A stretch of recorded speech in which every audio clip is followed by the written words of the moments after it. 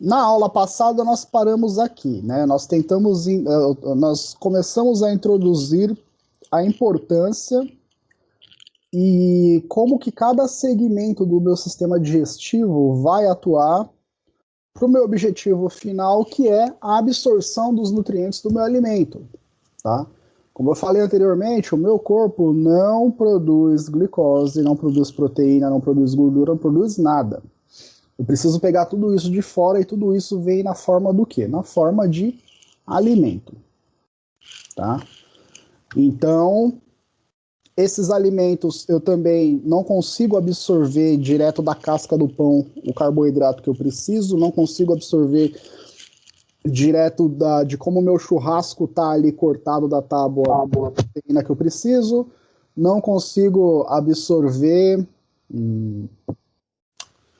da castanha do Pará o lipídio que eu preciso para o meu organismo funcionar legal, funcionar direitinho, bonitinho, tá? O que precisa acontecer? O meu alimento precisa ser processado no meu organismo. Eu preciso processar o meu alimento. Eu preciso degradar não. Eu preciso quebrar em partes bem pequenas o meu alimento para facilitar a absorção dos nutrientes por quem? Pelo meu intestino delgado e, em alguma parte menor restante, pelo meu intestino grosso. Tá? Pois bem, vamos começar de onde? Vamos começar do começo. Então eu já sei que o sistema digestivo ele vai fazer a digestão dos meus alimentos e a absorção dos nutrientes desses alimentos, e o que sobra, os resíduos dessa digestão desses alimentos, ele vai expulsar do meu corpo na forma de fezes.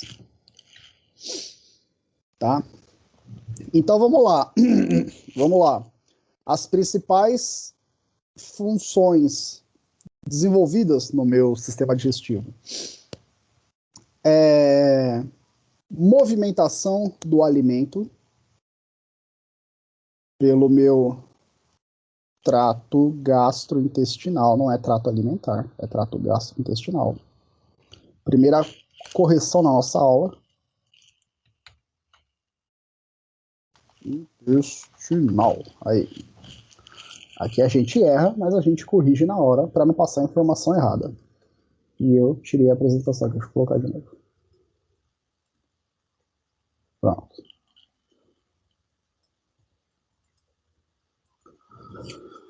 Então, eu preciso movimentação do meu alimento pelo trato gastrointestinal. Então, o meu sistema digestivo, ele vai movimentar o alimento da boca pelo esôfago num processo chamado deglutição, que nada mais é do que engolir o alimento. Essa deglutição continua pelo esôfago até o alimento chegar no estômago. No estômago, eu terei dois procedimentos. Eu terei a mistura do bolo alimentar com o suco gástrico, e aí o bolo alimentar vai passar a se chamar quimo. E eu também tenho a movimentação do alimento em pequenas quantidades para o intestino delgado, mais especificamente para o segmento chamado duodeno, tá? Para o duodeno. Depois eu terei a movimentação do meu alimento do duodeno para o jejuno, onde efetivamente eu vou continuar a absorção de nutrientes, pelo íleo, que é o segmento final do meu intestino delgado, quando eu tenho a ligação com o intestino grosso.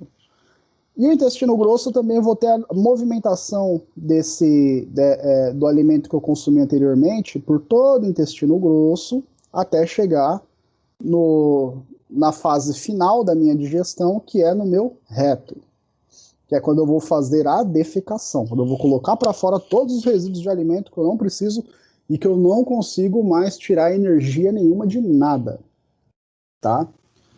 Então, o alimento, quando ele entra na boca, eu começo a mastigar, ele deixa de ser o alimento e vira bolo alimentar.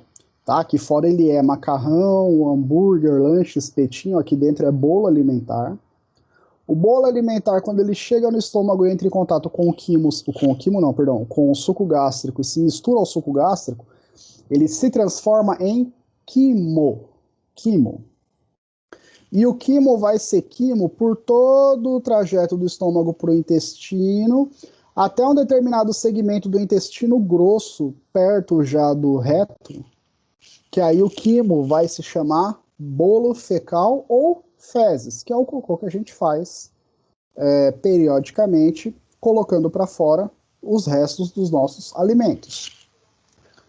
Então eu tenho movimentação do alimento pelo gastrointestinal, solução de secreções digestivas e digestão do alimento. O que é isso? Solução de secreções digestivas. Como eu falei anteriormente, eu tenho substâncias na saliva, eu tenho substâncias no suco gástrico, eu tenho substâncias no suco pancreático, já saindo do estômago aqui, ó, no suco pancreático. Eu tenho substâncias na bile, responsáveis por ajudar a quebrar ainda mais a estrutura dos nutrientes no menor tamanho possível para facilitar a absorção pelo meu intestino, para concluir a minha digestão. Tá?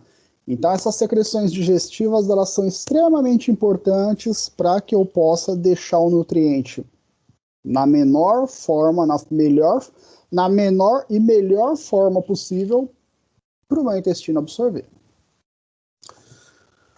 O nosso sistema digestivo também faz a absorção de água, de eletrólitos, e aí quando eu estou falando de digestão especificamente, eu estou falando de eletrólitos, mas entendam que são os íons. Eu estou falando da absorção de cálcio, de magnésio, de sódio, de potássio, desses elementos que correm na nossa corrente sanguínea e que fazem parte principalmente, dentre outras funções, no desenvolvimento do nosso potencial de ação das nossas células.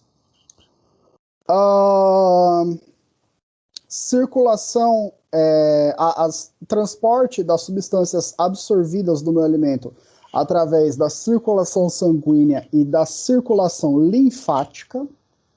E aí eu pego o último tema que eu falei em sistema cardiovascular, sistema circulatório, que eu falei da circulação linfática, que além de ter um importante papel na defesa do meu organismo, ele tem um papel essencial no transporte de lipídios do intestino para o fígado, no transporte de gordura. Toda a gordura que eu absorvo dos meus alimentos é transportada pela minha circulação linfática. Todos os carboidratos e todas as proteínas que eu absorvo do meu alimento são transportadas pela corrente sanguínea. Beleza? Então, a minha circulação ela vai ser fundamental para poder transportar os nutrientes que eu absorvi do alimento até o fígado. Além disso, o meu sistema digestivo ele tem um controle nervoso e hormonal de suas funções. Eu tenho hormônios que otimizam a função do estômago, por exemplo, como é o caso da gastrina.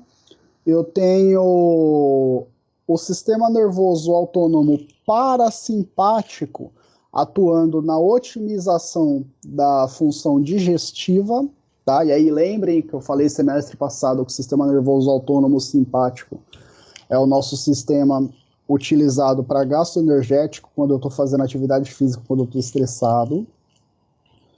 E o sistema nervoso autônomo parasimpático vai na mão contrária. Ele é utilizado para reposição energética. Tá? Então, quando um está funcionando, o outro está inativo e vice-versa.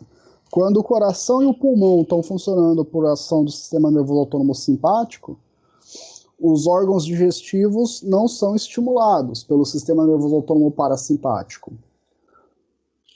Ao contrário, quando eu inibo o sistema nervoso autônomo simpático, os órgãos que são controlados pelo sistema nervoso autônomo parasimpático, sistema renal, sistema digestivo, sistema reprodutor, eles passam a trabalhar mais efetivamente. Beleza? Bom, e aí vamos destacar algumas funções dos diferentes segmentos do sistema digestivo. Eu tenho dentes na minha boca, dentes, glândulas salivares e o músculo da minha língua. Esse conjunto de estruturas presentes na minha boca é responsável pela mastigação e pela deglutição, tá? Então, os meus dentes, eles vão quebrar nas moléculas do meu alimento, as moléculas não, vão quebrar as estruturas do meu alimento no menor tamanho possível, ainda não é o tamanho molecular, mas é o menor tamanho possível. As glândulas salivares vão liberar substâncias para iniciar a digestão, para iniciar a quebra da estrutura de alguns nutrientes já na minha boca. E a língua, ela vai movimentar o alimento de um lado para o outro para facilitar a minha mastigação e facilitar a minha deglutição, que é quando eu retiro o bolo alimentar da boca, passo ele para a faringe, da faringe passo para o esôfago. Beleza? Bom, das glândulas salivares, as substâncias que eu vou destacar presentes na nossa saliva é a amilase e a lipase. A amilase, ela digere alguns tipos de amido, tá? Que são um grupo de carboidratos. Então, na saliva, eu tenho enzimas, no caso, a amilase, e aí lembra que eu falei para você, mas tudo termina em ase no final, é uma enzima. Eu tenho enzimas responsáveis por digerir amidos, por pegar o amido e quebrar ele nas menores partes possíveis para facilitar a absorção lá do meu intestino. Então, na minha boca, enquanto eu estou mastigando, eu já começo a liberar substâncias para quebrar os meus nutrientes no menor pedaço possível para facilitar a absorção pelo meu intestino. Eu tenho também a lipase, que é outra enzima responsável pela digestão de lipídios. Então, da mesma forma que a amilase pega o amido e quebra em vários pedaços pequenos, a amilase pega um lipídio e quebra também em vários pedaços pequenos para facilitar a absorção pelo meu intestino. Além disso, eu tenho a faringe e o esôfago, que vão fazer o transporte do alimento da boca para o estômago. O estômago, ele vai realizar a permanência temporária do alimento. Ele serve como armazenador temporário. E o estômago também vai colocar o alimento em contato com o suco gástrico, que por sua vez vai ajudar a quebrar mais ainda as estruturas do alimento para facilitar a absorção do intestino. Tá? Vai quebrar ainda mais a estrutura do alimento para facilitar a absorção do intestino. O intestino delgado e o intestino grosso são as estruturas que vão efetivamente absorver os nutrientes do meu alimento.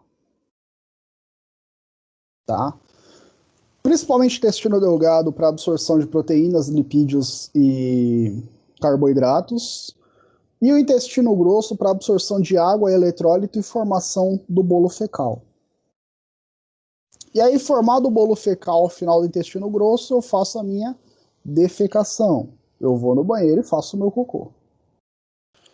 Então, galera, vamos fazer o seguinte, vamos entender parte a parte de como funciona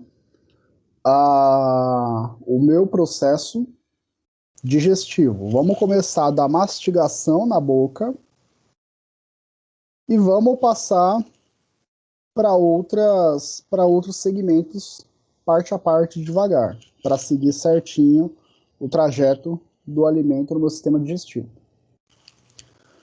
Então vamos falar de mastigação. Já vimos que na boca eu terei, nas bocas, na boca eu terei dentes, glândulas salivares e língua. Tá? Além disso, eu tenho músculos responsáveis por realizar a mastigação. Músculos que vão cuidar da motricidade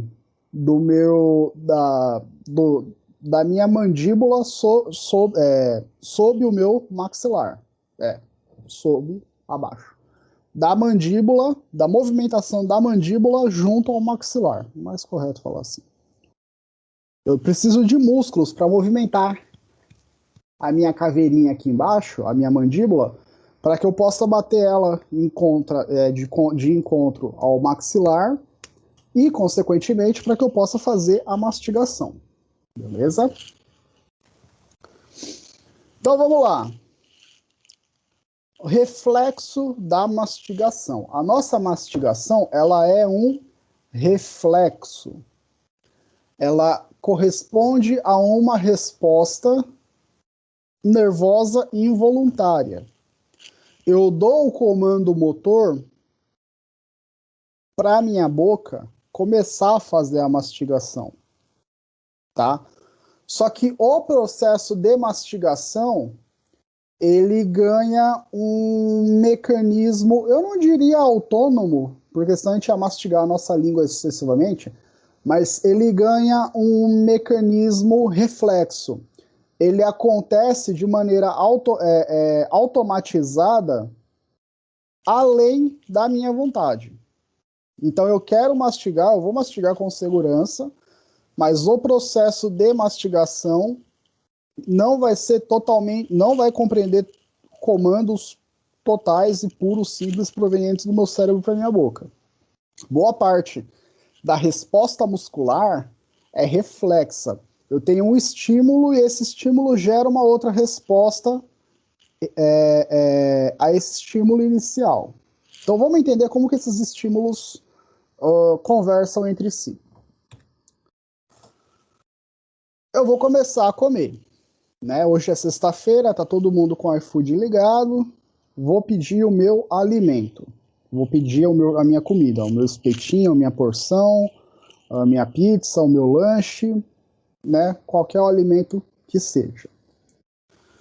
Vou colocar esse alimento na minha boca e vou dar a primeira mastigada.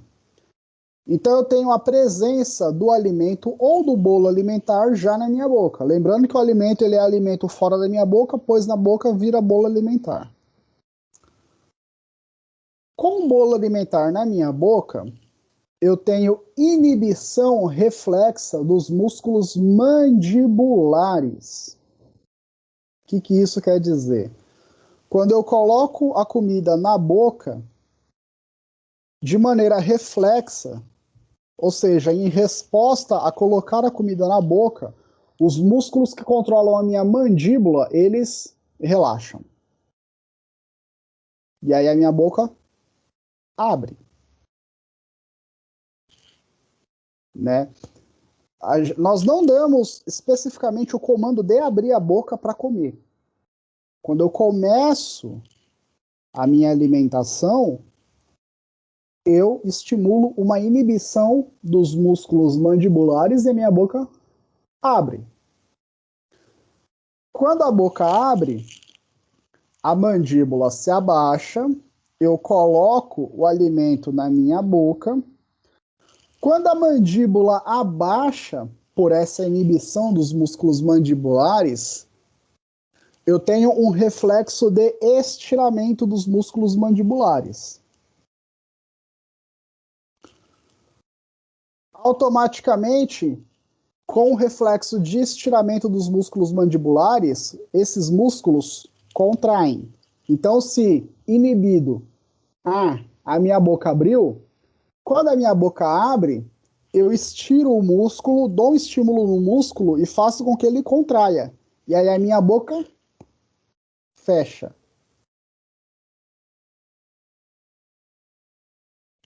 Tá? Quando os meus dentes fecham e entram em contato entre si e comprimem o meu bolo alimentar, eu tenho novamente inibição reflexa dos músculos da mandíbula e a minha boca abre, tá? Então tá aqui, ó. Eu vou comer esse alimento aqui. Vou comer esse celular. Tá aqui a minha boca. Quando eu vou colocar o alimento na boca, o meu dedão aqui vai ser a minha mandíbula. Os músculos mandibulares são inibidos, consequentemente, eles relaxam e a mandíbula se abre. Coloco o alimento na boca. Quando a mandíbula se abre, com o músculo relaxado, quando o músculo está relaxado, ele é estirado, tá? Quando a mandíbula se abre, eu alongo o músculo. E é aí que eu falo que eu tenho o estiramento muscular. Então, quando a mandíbula se abre, eu estiro os músculos mandibulares. E aí, de maneira reflexa, eles contraem.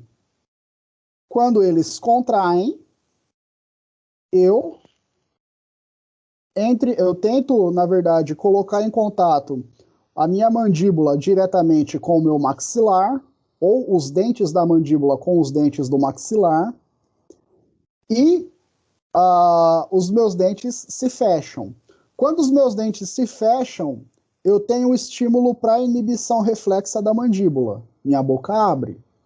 Quando a minha boca abre, eu tenho reflexo de estiramento da mandíbula, estimulo contração dos músculos da mandíbula. Minha boca fecha. E é assim que eu fico mastigando, é assim que eu fico comendo, abrindo e fechando a boca. Tá? É tudo por reflexo. Eu não dou especificamente o comando para minha boca abrir e minha boca fechar. O que acontece é, quando eu coloco o alimento na boca, minha mandíbula abre. Quando ela abre, na verdade, quando eu coloco o alimento na boca, eu tenho inibição dos músculos mandibulares. Quando eles são inibidos, a minha mandíbula abre. Quando a mandíbula abre, os músculos mandibulares são estirados, são esticados, e aí na hora que eles são esticados, eu desencadeio outro reflexo diferente, estimulando a contração dos músculos mandibulares. Eles contraem, a mandíbula fecha. Quando a mandíbula fecha e o dente da mandíbula entra em contato com o dente do maxilar, eu tenho inibição dos músculos mandibulares. Esses músculos estavam contraindo, eles relaxam. Quando eles relaxam, a mandíbula abre, o peso da mandíbula estira esses músculos, eles são estimulados a contrair. O músculo mandibular contrai, a mandíbula fecha. E assim eu faço a minha mastigação. Assim eu como o meu alimento. Tá? Eu acho que tem videozinho para essa parte aqui, galera. Tem que ter o videozinho do sucesso aqui para salvar nós. Professor, conferiu se o link estava funcionando? Conferiu nada. Aqui é amadorismo puro. Aqui, ó. Tá funcionando sim. Maravilha. Deixa eu compartilhar a tela com vocês aqui para a gente poder assistir junto. Aqui, ó. É que aqui ele vai mostrar todo o reflexo de mastigação. Ah, não, vai mostrar só... todo o reflexo de mastigação. É que eu achei que ele ia mostrar toda a deglutição, mas não. Vamos lá, deixa eu compartilhar a tela com vocês aqui. Ah, isso. Todo mundo vendo o navegador. Tela cheia. Deixa eu tirar a legendinha aqui para não atrapalhar nós. Vamos lá. O meu rangão chega na minha boca e eu vou fazer o quê? Eu vou fazer a minha mastigação.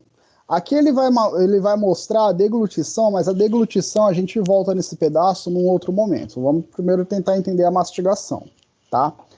Aqui, ó, eu tenho um ossinho eu tenho um corte sagital e eu tenho um ossinho mostrando embaixo a mandíbula e em cima o maxilar.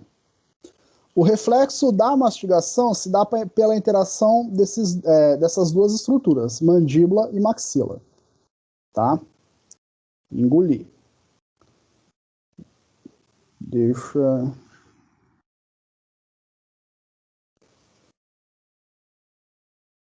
acho que ele vai ficar nessa aqui mesmo.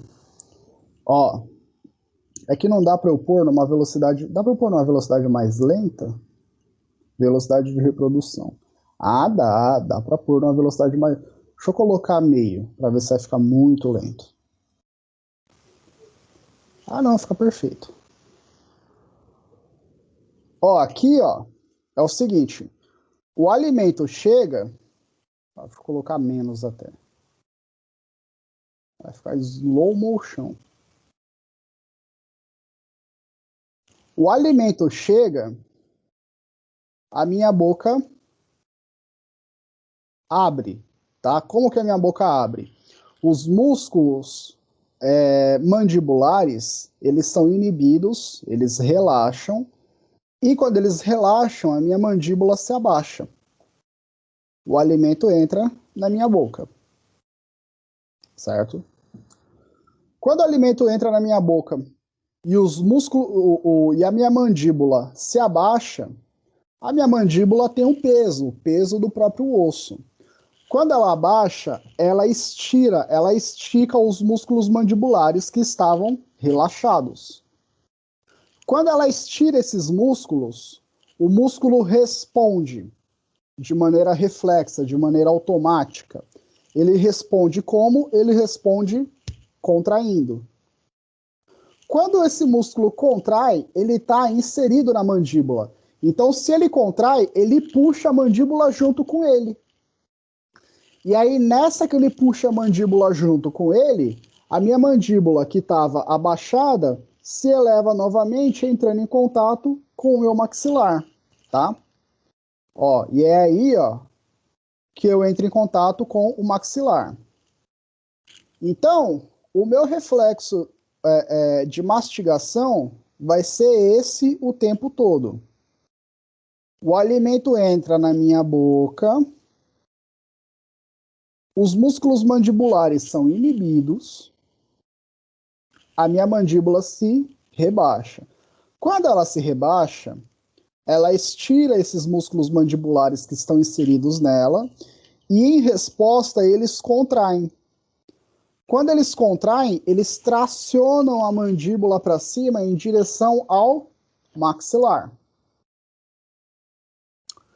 Quando os dentes da mandíbula entram em contato com o maxilar, a resposta anterior é desencadeada. Eu inibo os músculos mandibulares, então eles estavam contraindo, eles vão relaxar. Quando eles relaxam, a minha boca abre. Opa! Mouse velho, mouse velho.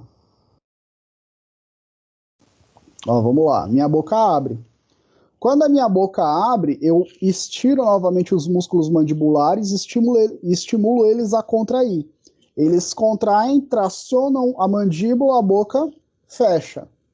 Boca fecha, os dentes encostam, inibe os músculos mandibulares que estavam contraindo, eles relaxam. Boca abre. Boca abre, o processo roda repetitivamente até eu fazer as minhas 25, 15, 10 mastigações, sei lá. Tá? É dessa forma que rola o meu reflexo de mastigação. Seguindo, então, com o nosso... Deixa eu colocar o chat aqui do lado. Com o nosso conteúdo. Tá? Então, galera, esse é o nosso reflexo de mastigação. Quando eu for refazer os slides, como agora vocês estão tendo anatomia, os temas da anatomia é antes dos temas na fisiologia humana, quando eu for trocar o layout, essas coisas, eu vou tirar essa parte de anatomia aqui, que a gente perde um pouco de tempo, que eu dei isso, na verdade, só no primeiro ano que eu dei aula. Mas é bom nós ressaltarmos as estruturas dentárias e estruturas nervosas presentes na nossa boca, tá? Só para a gente poder deixar registrado aqui na disciplina, os nervos, a inervação dos músculos da minha mastigação são feitas por um nervo craniano chamado nervo trigêmeo, tá? Que vocês ainda vão aprender com a Lilian. A gente vai dar uma passada em fisiologia no fim do ano, mas eu vou falar da função. A estrutura bonitinha, a Lilian vai ensinar no ano que vem.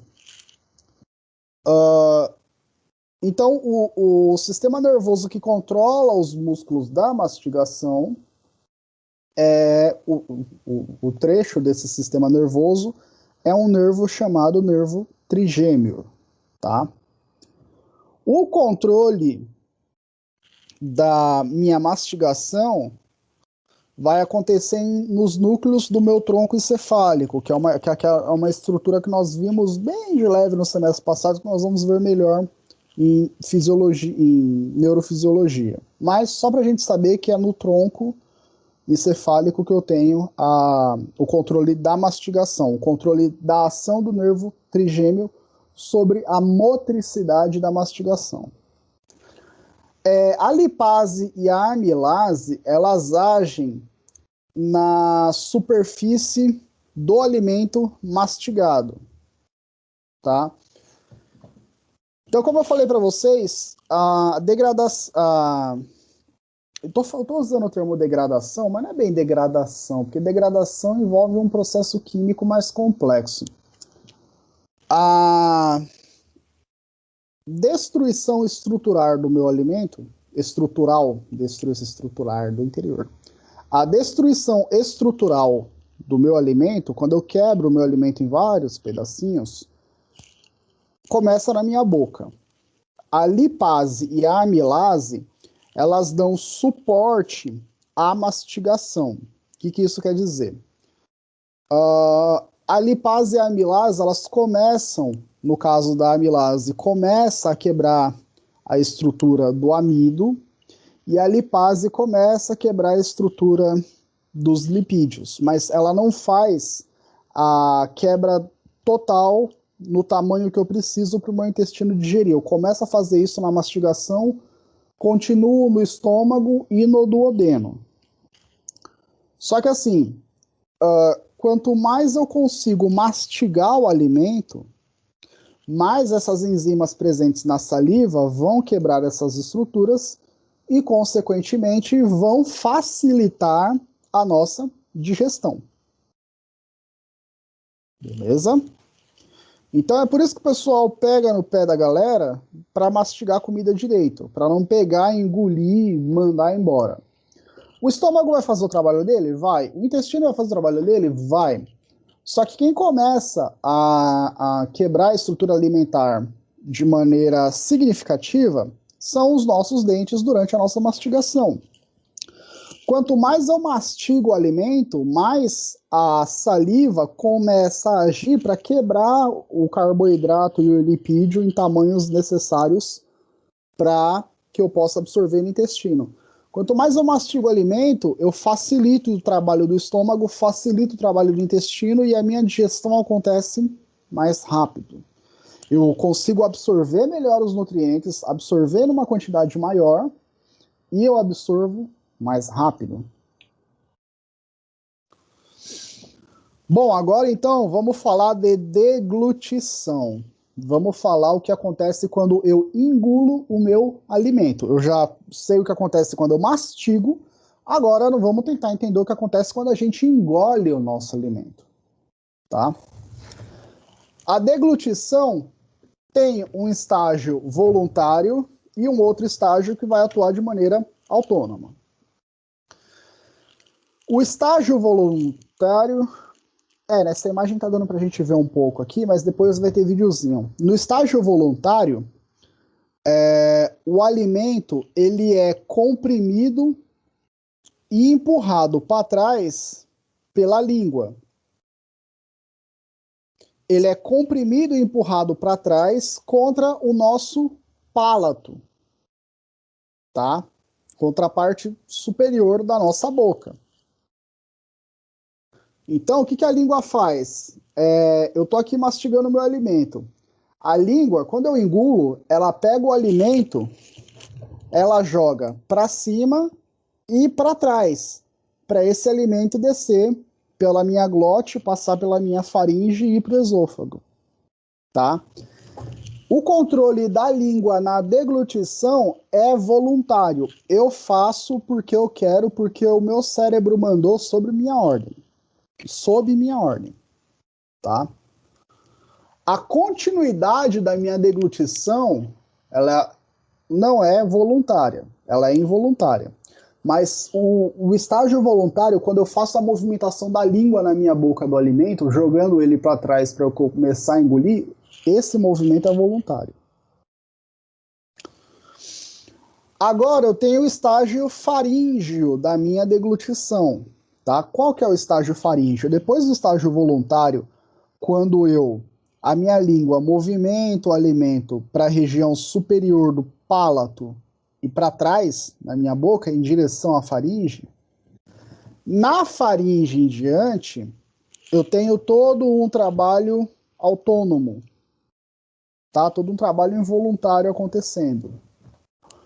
Por quê? Vamos olhar aqui para a anatomia rapidão para a gente entender a função desse trabalho. Vamos lembrar que eu tenho um caminho para passagem de ar da faringe para laringe e eu tenho outro caminho para passagem de alimento, que é da faringe para o esôfago. Então, na parte da frente do meu corpo, eu tenho a laringe, que vai dar continuidade na minha traqueia, depois nos meus brônquios, e é por ali que deve passar o ar.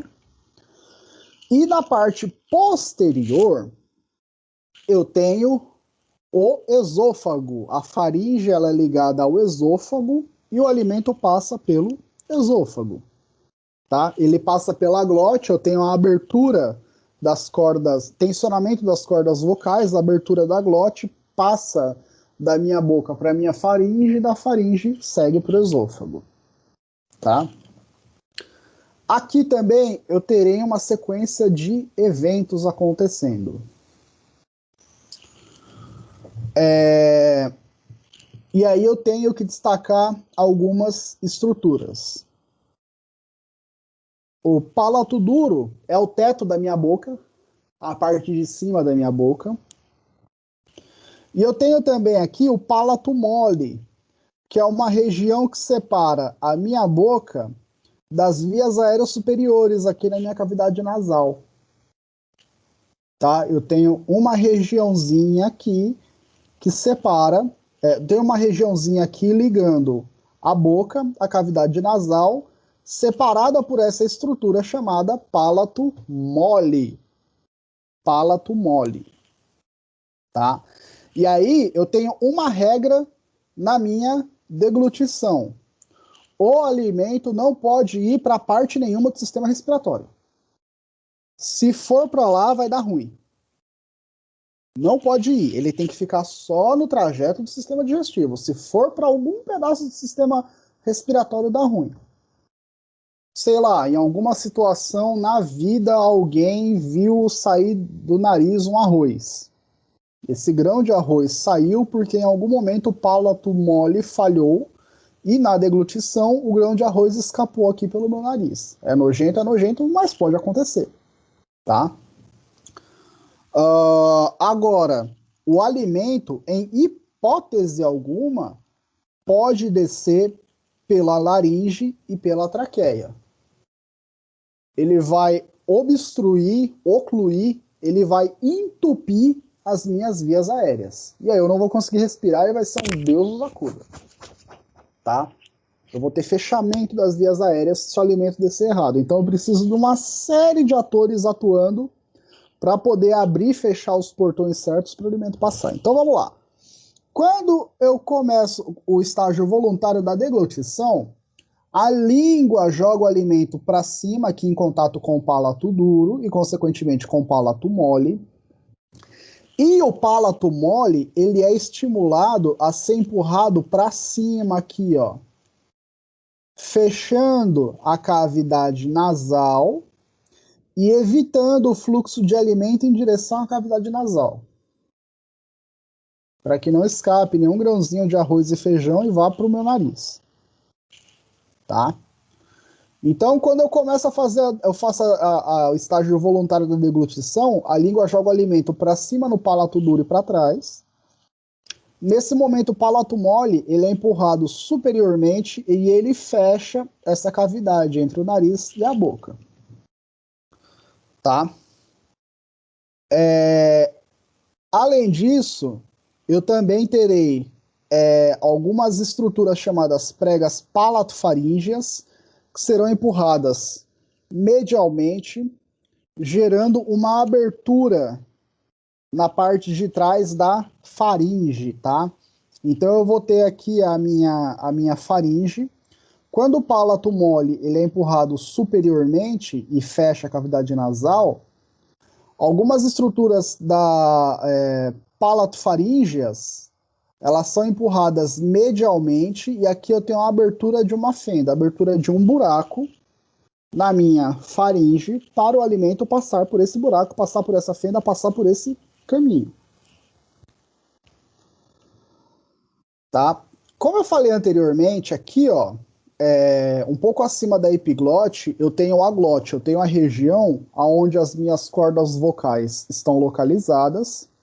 E aí, conforme eu vou falando, essas cordas vocais são tensionadas e o ar passa por ela, para eu poder falar, para eu poder vocalizar. Beleza? Quando as cordas vocais estão relaxadas, elas fecham o caminho da faringe para o esôfago ou para a laringe. Quando as cordas vocais são tensionadas, elas abrem esse caminho, que é a nossa glote e a nossa epiglote. E aí eu tô lembrando que eu não pus uma foto aqui, eu vou abrir a internet para... Deixa eu ver se eu tenho mais para frente aqui um slide de glote e epiglote. Não, não tem. Esqueci de colocar, mas eu vou abrir aqui na internet e eu vou mostrar para vocês o que é a glote e o que é a epiglote. Tá? Uma foto bonitinha, coloridinha aqui, ó. Ah, aqui, ó, essa foto aqui é perfeita. Deixa eu abrir a imagem em outra guia. Beleza.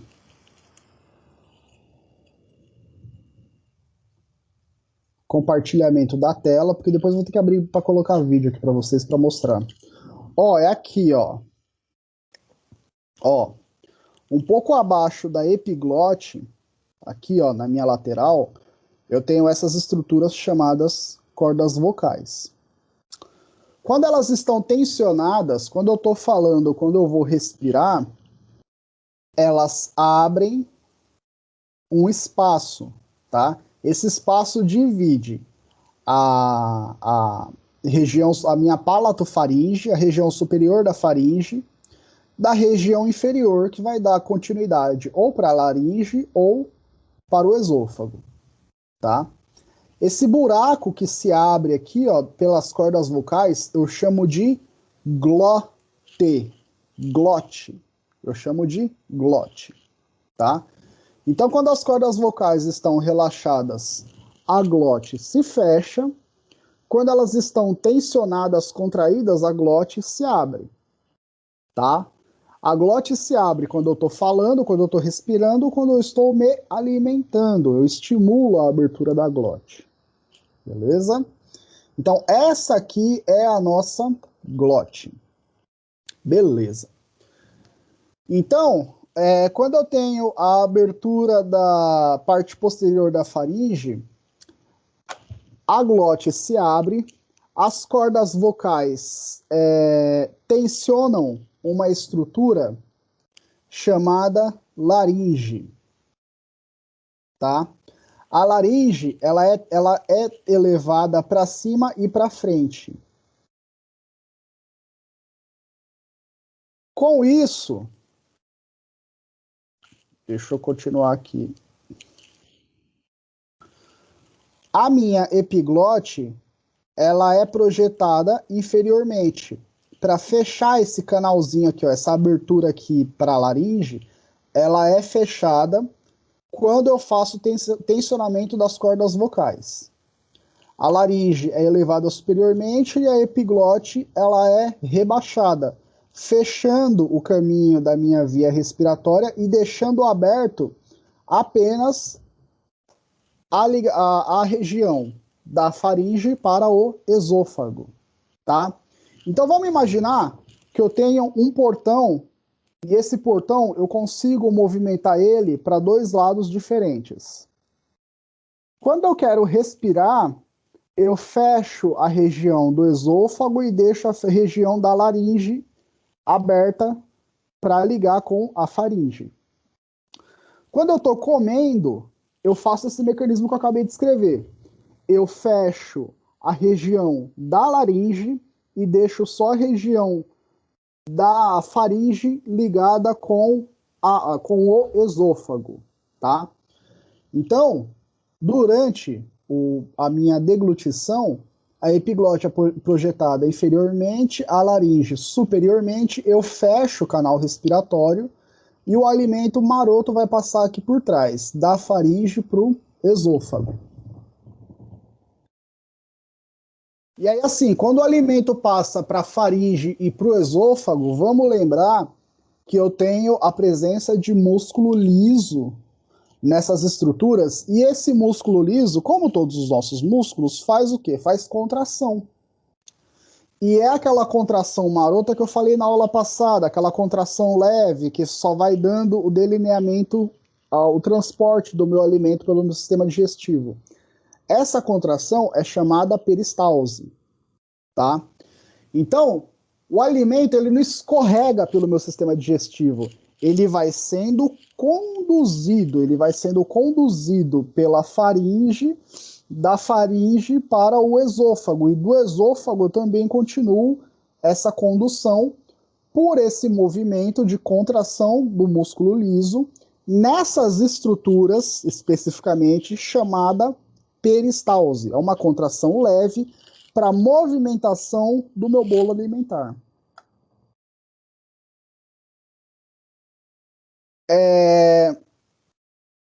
Beleza, última parte do estágio faríngeo da deglutição. Quando a laringe ela é elevada, ela estimula contrações peristálticas da minha faringe, o alimento ele vai sendo transportado da faringe para o esôfago, e quando a laringe também se eleva para fechar o meu canal respiratório junto com a epiglote, essa elevação da laringe estimula a abertura do esôfago, mais especificamente da abertura superior, que nós vamos chamar de esfíncter superior, tá?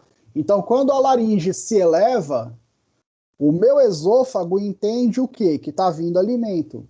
Então, ele relaxa o esfíncter superior, relaxa a abertura superior do esôfago para o alimento passar pelo esôfago.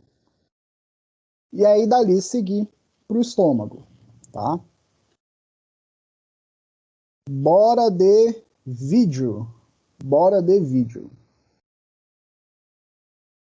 Aqui nesse outro, será que tinha deglutição também? Eu fiquei moscando.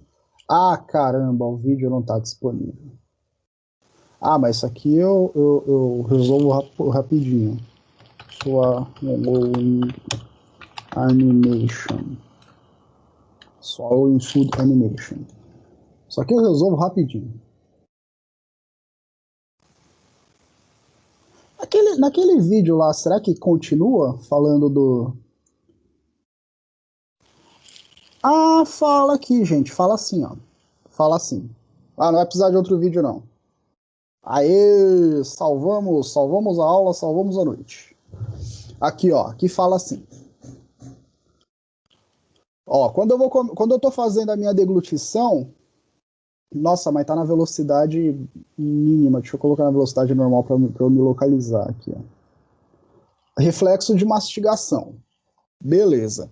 Aqui eu tô no estágio voluntário ainda, tá? No estágio voluntário, eu mastigo. Ai, mouse. Eu mastigo o meu alimento e a língua joga o alimento para cima na região do palato, palato duro, e posteriormente entrando em contato com o palato mole também, projetando esse alimento em direção à faringe e aqui embaixo ao esôfago, tá? Então é isso que vai acontecer. Eu estou mastigando, ó, a língua joga o alimento para trás.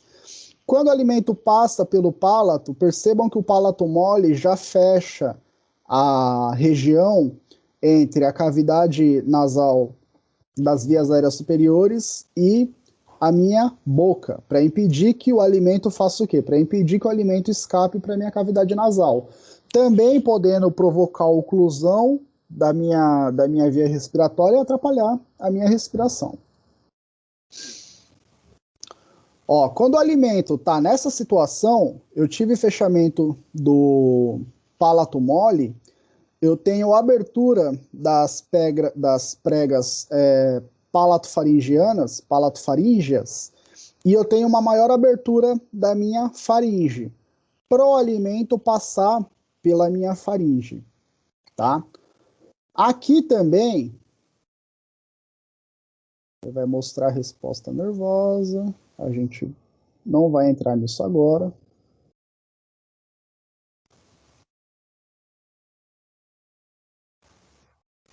Aí.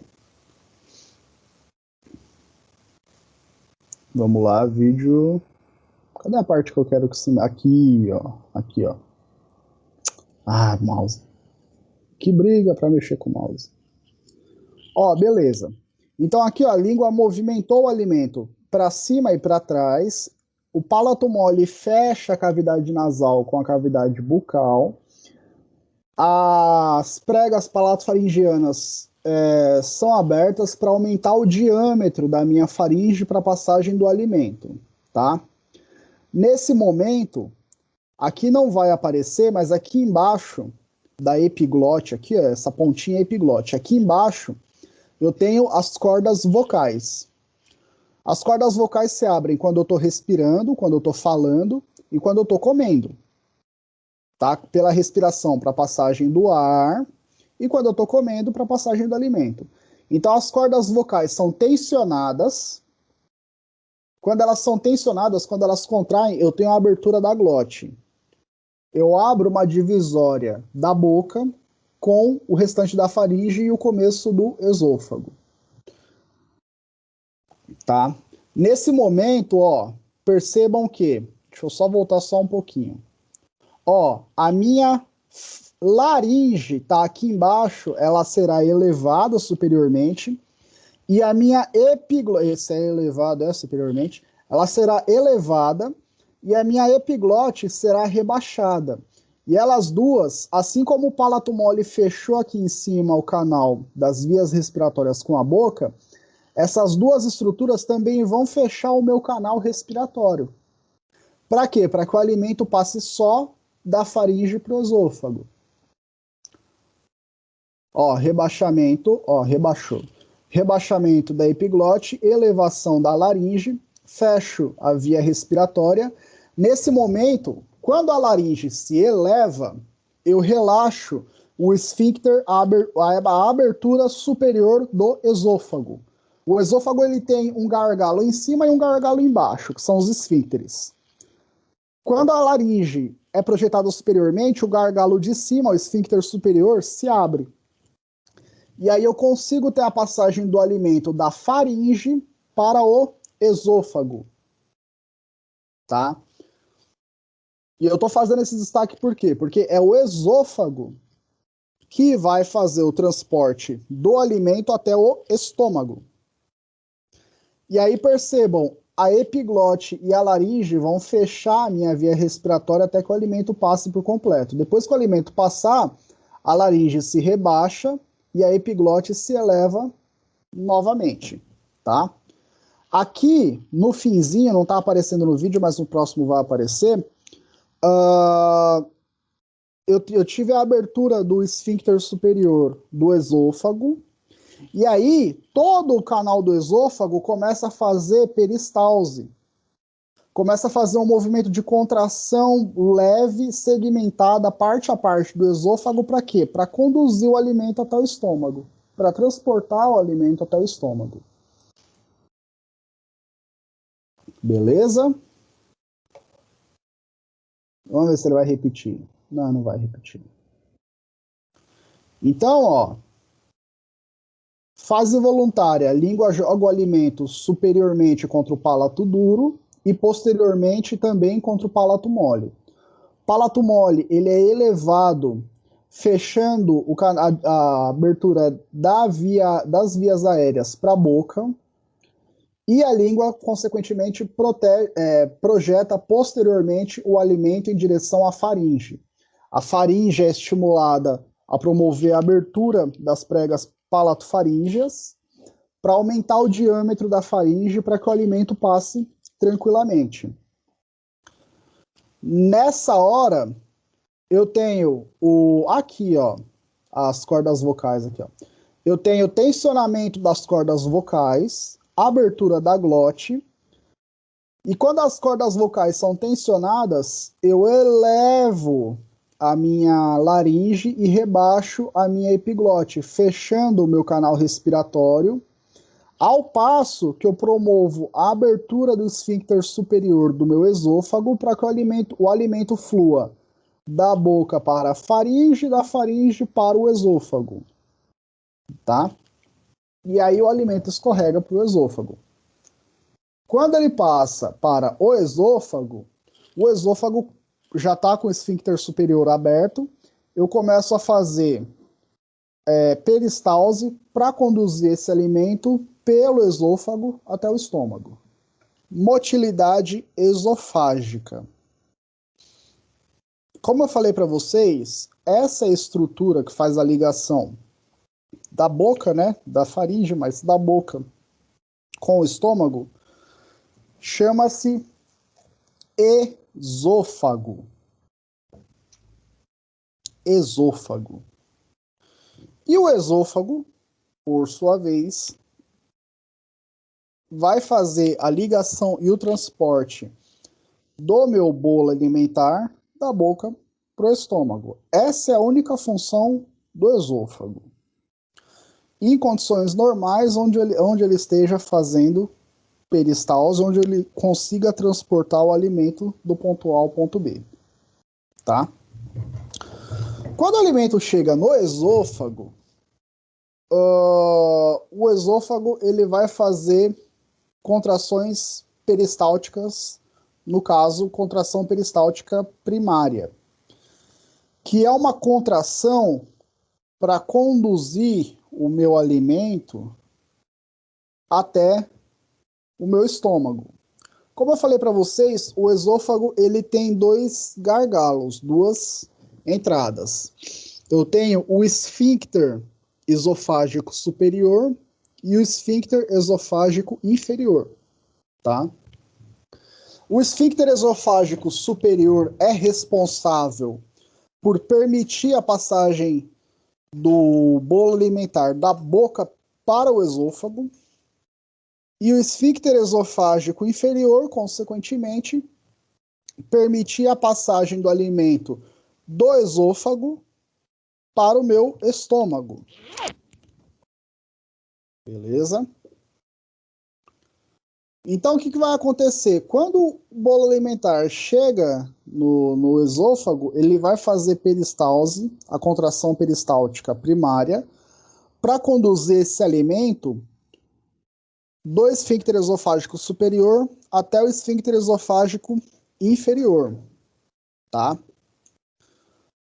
Quando ele chega no esfíncter esofágico inferior, o esfíncter esofágico superior fecha e o esfíncter esofágico inferior ele relaxa de maneira reflexa.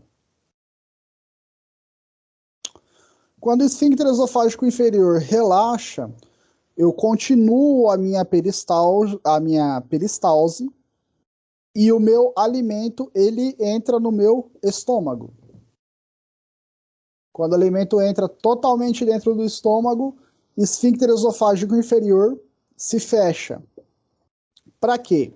Para evitar refluxo, para evitar que o alimento volte para o esôfago e aí volta do esôfago para a boca, da boca a gente vomita. Tá?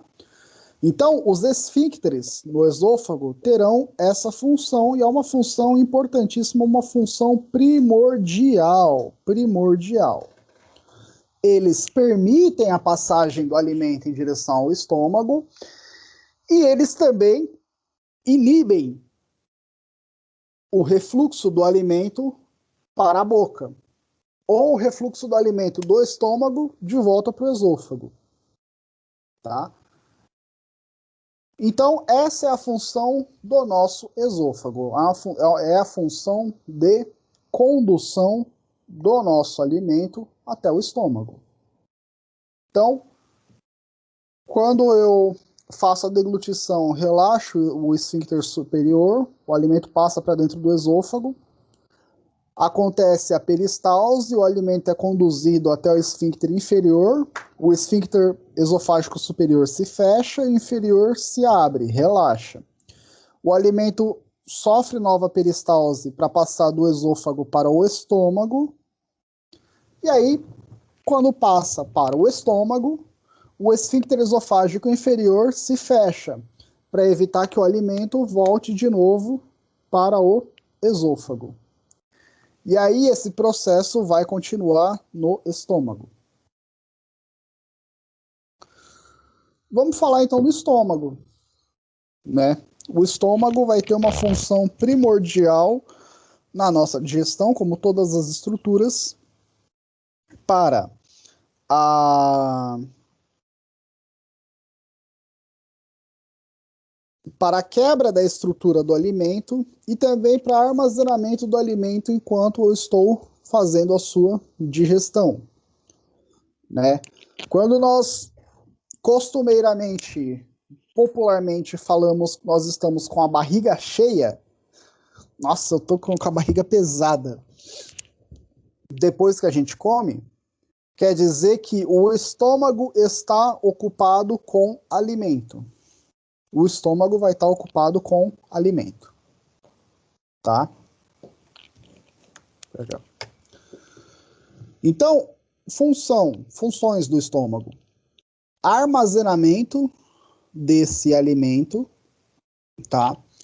Então, enquanto o suco gástrico está se misturando com o alimento, e enquanto o alimento não é totalmente mandado pro duodeno, ele vai ser armazenado no estômago. O estômago, por sua vez, ele faz a mistura do bolo alimentar. Como eu falei para vocês, depois que o alimento entra no meu organismo, ele chama bolo alimentar. Quando o bolo alimentar se move dentro do estômago, ele entra em contato com uma substância chamada suco gástrico. E o suco gástrico, ele tem sua composição ácido. Ele é extremamente ácido. Nós vamos destrinchar os componentes do suco gástrico, mas assim, ele é extremamente ácido. Acho que é o menor pH do nosso organismo. pH de 2,1, se eu não me engano. E então, o pH do estômago, ou seja, a acidez do meu estômago é a mais alta do meu corpo, com o suco gástrico. Voltando aqui nas nossas funções, o estômago tem por função armazenar o alimento enquanto o alimento está entrando em contato com o suco gástrico e está quebrando as estruturas dos alimentos na menor quantidade, na menor tamanho possível para facilitar a absorção pelo intestino. E enquanto eu tenho a passagem do quimo, não é nem bolo alimentar mais, do quimo, do estômago para o duodeno. Essa aberturinha aqui, ó, que divide o estômago do duodeno, é chamada de piloro. Ou piloro, dependendo do livro, tá? Mas piloro. É um esfíncter, né? Uma divisória, uma região que divide o estômago do duodeno. E aí o que acontece? A passagem de quimo, ou seja, do bolo alimentar misturado com o suco gástrico, ela é lenta. Ela não é uma passagem rápida igual é da faringe do esôfago para o estômago. Ela é lenta, eu passo pequenas quantidades de quimo do estômago para o duodeno. Por quê? Porque o pH do estômago é extremamente alto. Então literalmente eu preciso espremer pequenas quantidades de alimento do estômago para o duodeno para retirar o máximo possível de resíduo do suco gástrico. Para que o alimento perca o máximo de ácido possível. Por quê? Porque se o pH do estômago é maior que o do duodeno, quer dizer que é bem mais ácido dentro do estômago do que no duodeno. Se eu tenho a passagem de grandes quantidades de substância ácida além da acidez do duodeno, consequentemente eu vou começar a gerar lesão na parede do duodeno. Vai começar a lesionar a parede do duodeno e meu duodeno vai ficar inflamado. Tá? Então é por isso que o alimento demora muito para passar do estômago para o duodeno.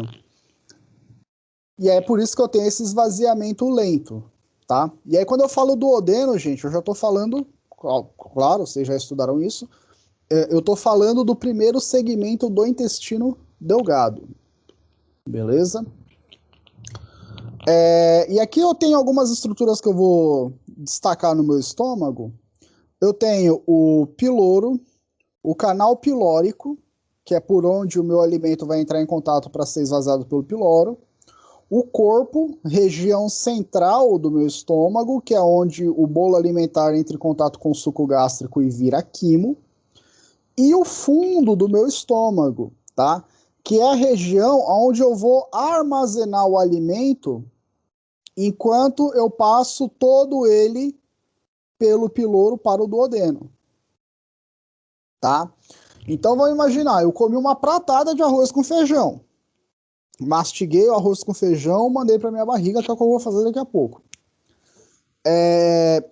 Esse arroz e feijão, ele é um bolo alimentar que vai entrar em contato com o suco gástrico e vai virar uma maçaroca chamada quimo, cheia de ácido, cheia de suco gástrico na sua composição, tá? Eu não posso passar esse quimo com essa acidez do jeito que tá pro duodeno, porque o pH do duodeno é maior, ele é menos ácido que o estômago. Se eu passar do jeito que tá, eu lesiono a parede do duodeno, não consigo absorver meus nutrientes, faço uma bagunça geral. Então o que acontece? O alimento ele tende a ficar indo e voltando pelo estômago e a minha pratada de arroz com feijão vai passar literalmente de grão em grão pelo piloro, do estômago para o duodeno. Vai passar de pouquinho em pouquinho. Ele bate, passa um pouquinho e a comida volta. Bate, passa um pouquinho e a comida volta. Bate, passa um pouquinho e a comida volta. E assim sucessivamente. Beleza? Bom, professor, se o estômago é feito de músculo liso e o suco gástrico tem um pH de 2,1, um pH extremamente forte, como é que esse ácido não corrói toda a parede do estômago, não cai no meu organismo e corrói os meus órgãos internos por dentro. Como que isso acontece? Como que esse ácido não corrói a parede do estômago e sai corroendo meus órgãos como um todo? A parede do nosso estômago, ela é composta de uma mucosa, de uma substância serosa, que protege a parede do estômago do contato com o suco gástrico. Tá? O suco gástrico entra em contato com essa camada serosa e essa camada serosa evita que o suco gástrico possa degradar, aí sim, degradar a parede do estômago, corroer a parede do estômago e extravasar do estômago para outros órgãos. Tá? Então, a região interna do nosso estômago possui uma mucosa, uma substância serosa extremamente especializada para conter o suco gástrico dentro do estômago. Caso contrário, poderia haver um acidente, eu poderia extravasar a parede do meu estômago com suco gástrico.